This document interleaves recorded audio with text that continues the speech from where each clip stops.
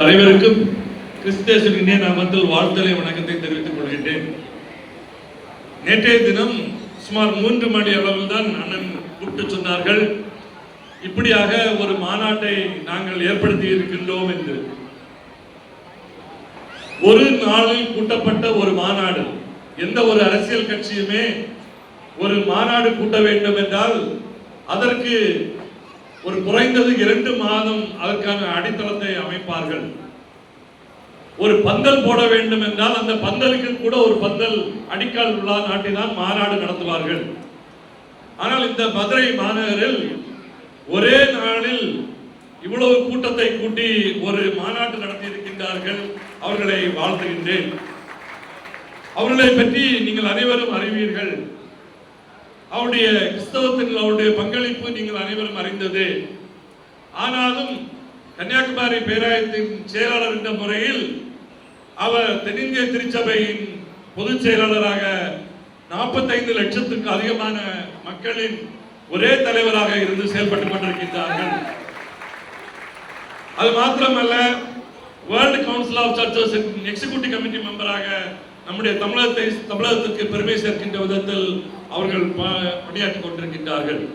அவ்வாறு பல பொறுப்புகளை படித்தாலும் டாம்கோ சேர்மனாகவும் இந்த தமிழ்நாட்டு அரசால் ஏற்படுத்தப்பட்டு அதிலும் சிறப்பாக செயல்பட்டுக் கொண்டிருக்கின்றார்கள். அவர்களை பொறுத்தவரையில் எந்த ஒரு பணி கொடுத்தாலும் அந்த பணியை சிறப்பாக செய்து முடித்து காட்டுபவர்கள். அந்த விதத்தில் அவர்கள் எடுத்திருக்கின்ற இந்த ஒரு அரசியல் பயணம் என்று நாம் சொல்லலாம். கிறிஸ்தவர்களுக்கான ஒரு பயணம். நாம் உலக அளவில் பார்ப்பீர்கள் என்றால் கிறிஸ்தவர்கள் தான் அதிகமாக காணப்படுகின்றார்கள். அடுத்ததுதான் முஸ்லிம், அடுத்ததுதான் மற்ற சமுதாயம், இந்துவாக இருந்தாலும் சரி, கிறிஸ்துவ எந்த மதத்தை சார்ந்த இல்லாதவர்களாக இருந்தாலும் சரி. ஆனால் உலக அளவில் நாம் கிறிஸ்தவர்கள் அதிகமாக இருக்கின்றார்கள். கிறிஸ்தவ தான் அதிக நாடை ஆட்சி செய்து கொண்டிருக்கின்றது. ஆனால் நாம் நம்முடைய கிறிஸ்தவ ஆட்சி முறையை விட்டு நாம் ஒதுங்கி இருக்கின்றோம். ஒரு 100 ஆண்டுகளுக்கு முன்பாக நீங்கள் சற்று சிந்தித்து பாருங்கள், நம்முடைய பகுதிகள் எல்லாம் எவ்வாறாக இருந்திருக்கும் என்று. அந்த மிஷனரிகள் வந்ததனால்தான் நம்முடைய பகுதிகள் எல்லாம் முன்னேற்றம் அடைந்தது. நமக்கு கல்வியை தந்தவர்கள் மிஷனரி, கிறிஸ்தவ மிஷனரிகள். நமக்கு மருத்துவத்தை தந்தவர்கள் கிறிஸ்தவ மிஷனரிகள். நமக்கு சமுதாய சிந்தனையை தந்தவர்கள் கிறிஸ்தவர்கள். மற்றவர்களுக்கு உதவி செய்ய வேண்டும் என்று கற்றுத்தந்தவர்கள் கிறிஸ்தவ மிஷனரிகள். அந்த விதத்தில் எல்லாவற்றையும் கற்றுத்தந்தார்கள். நாமளானால் மறந்து போய்விட்டோம். கிறிஸ்தவத்துக்கு அரசியல் தெரியாது என்று இல்லை. நிறைய பேர் பேசுகிறார்கள், நம்ம கிறிஸ்தவர்களுக்கு அரசியல் தெரியாது என்று. கண்டிப்பாக இல்லை. கிறிஸ்தவர்களுக்கு அரசியல் தெரியும். ஆனால் அது ஒரு குறுகிய வட்டத்துக்குள்ளாக ஒதுக்கி போயிருக்கின்றது. நம்முடைய பேராய அளவுகள், நம்முடைய மாவட்ட அளவில் நாம் அந்த அரசியலோடு நிப்பாட்டி விடுகின்றோம். நம்முடைய முன்னாள் முதல்வர் கருணாநிதி அவர்கள், கலைஞர் கருணாநிதி அவர்கள் ஒரு பொதுக்கூட்டத்தில் திருநெல்வேலியில் பேசுகின்ற பொழுது சொன்னார்கள், நீங்கள் அரசியல் படிக்க வேண்டும் என்றால் கன்னியாகுமரி பேராயத்திற்கு சென்று அரசியல் படித்து வாருங்கள் என்று. எனவே நாம் அரசியல் தெரியாதவர்கள் அல்ல. ஆனால் ஒரு குறுகிய வட்டத்துக்குள்ளாக அந்த அரசியலை நடத்தி கொண்டிருக்கின்றோம். நாம் அதை விட்டு வெளியே வர வேண்டும். அதற்காக ஒரு அடித்தளத்தை அமைத்திருக்கின்றார்கள். அவர்களை வாழ்த்துகின்றேன். இங்கு பேசுகின்றவர்கள் அனைவரும் சொன்னார்கள் நம்முடைய கிறிஸ்தவ கல்வி நிறுவனங்களை பற்றி. நான் கண்டிப்பாக சொல்லுவேன்.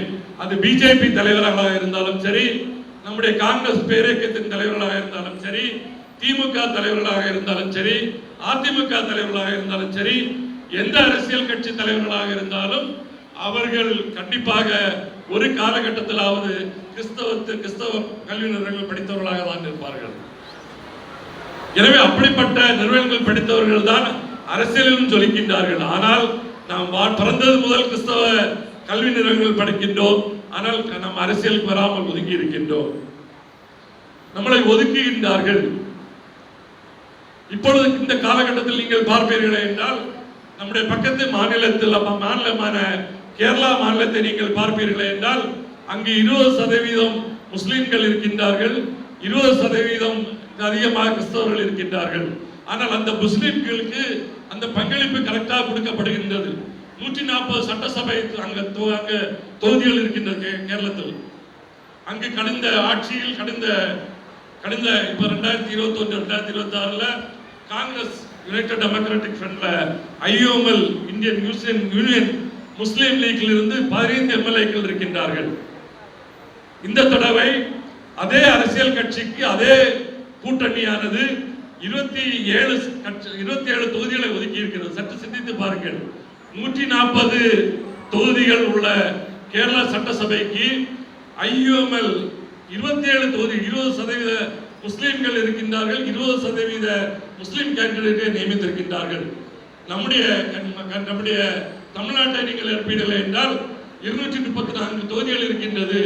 அதில் நாம் 15% அதிகமான கிறிஸ்தவர்கள் இருக்கின்றோம்.